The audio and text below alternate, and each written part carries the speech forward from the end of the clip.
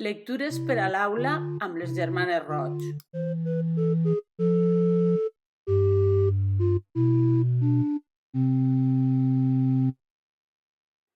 Animals de séquia.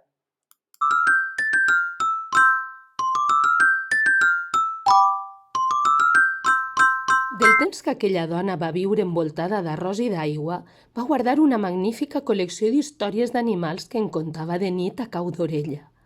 A Marta Pedres sempre li han agradat els meus animals de séquia i ara ha insistit molt que els compartisca amb vosaltres. Com diuen que es fa en la tradició popular, la transmesa oralment per parents i veïns, i en el cas suecà, pel majoral de la Casa dels Catalans, que contava històries als xiquets reunits a Rogle vora el caliu de la llar.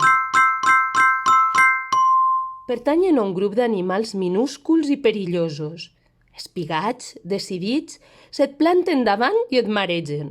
Moviments ràpids, afirmacions convincents, el sí que sí et desvien dels teus propòsits i et convencen que els dels altres són millors.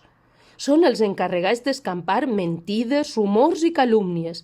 Tanta decisió, tanta fermesa de conviccions, és esgotadora. Els pots fer front amb només una paraula i molta serietat.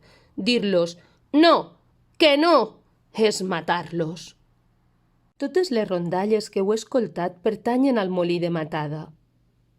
Jo, encara que hi ha qui creu que exagere o el que és pitjor que dic mentides, seguiré contant les rondalles del molí tal com me les contaren o tal com les recorde. Però segurament haureu d'esperar que torni a passar per ací per a sentir-les i promet que us les explicaré, encara que hi ha secrets que mai, mai, mai no s'han de contar.